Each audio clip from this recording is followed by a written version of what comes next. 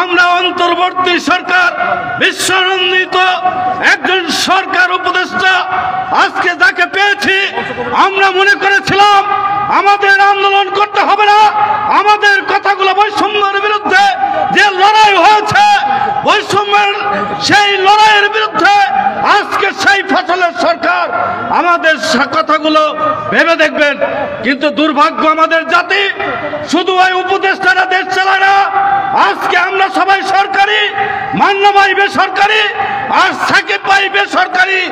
আমরা বলতে চাই সরকার পরিচালনা করে, আজকে যারা এখানে উপস্থিত হয়েছে তারা করে সরকার পরিচালনা, আর তারাই খেতে পায় না, তারাই রাজপথে মিছিল করে, তারাই অনাহারে থাকে, তারাই বৈষম্য শিকার। এই জন্য আমাদের অভিভাবকের দরকার। অতীতে যত আন্দোলন করেছি, জাতীয় পার্টির সব আন্দোলন করেছি, হোসেন মোহাম্মদের সাথে সময় আমরা ঈদ বোনাস আদায় করেছিলাম, সেদিন নজরুল ইসলাম খান আজকের স্থায়ী কমিটির সদস্য জাতীয়তাবাদী দলের আসাম আব্দুর রব আমাদেরকে বারবার সহযোগিতা করে, দাবির পক্ষে সহযোগিতা করেছে। আজকের মঞ্চে যাদেরকে পেয়েছি, আমি বিশ্বাস করি কর্মচারীদের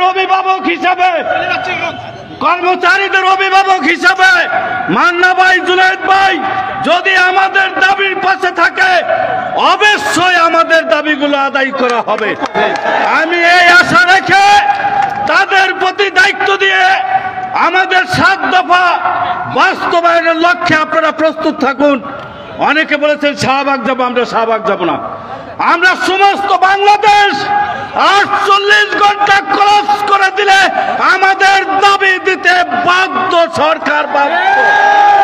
এই কথা বলে আপনাদের সবাইকে শুভেচ্ছা জানিয়ে আমি আমার বক্তব্য এখানেই শেষ করছি। বাংলাদেশ জিন্দাবাদ, ভালো থাকুন, ধন্যবাদ সবাইকে। সর্বপ্রথম সরকারি চাকরিজীবীদের নবম পে স্কেল সহ মহার্ঘ ভাতা সংক্রান্ত সঠিক তথ্য পেতে চ্যানেলটিতে লাইক, কমেন্ট ও সাবস্ক্রাইব করতে ভুলবেন না। ধন্যবাদ।